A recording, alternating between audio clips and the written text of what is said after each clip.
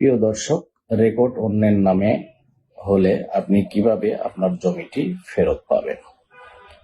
দেখা যায় এসএ খতিয়ানে আপনার দাদার নামে রেকর্ড হলেও পরবর্তীতে আরএস বা বিএস খতিয়ানে যদি জমিটি অন্যের নামে রেকর্ড হয়, তাহলে আপনি দেওয়ানি আদালতে একটি ঘোষণামূলক মোকদ্দমার মাধ্যমে অথবা সুনির্দিষ্ট প্রতিকার আইনের 42 ধারা রেকর্ড সংশোধনের মোকদ্দমা করেও আপনার এই জমিটি আপনার নামে রেকর্ড সংশোধন করে নিতে পারবেন।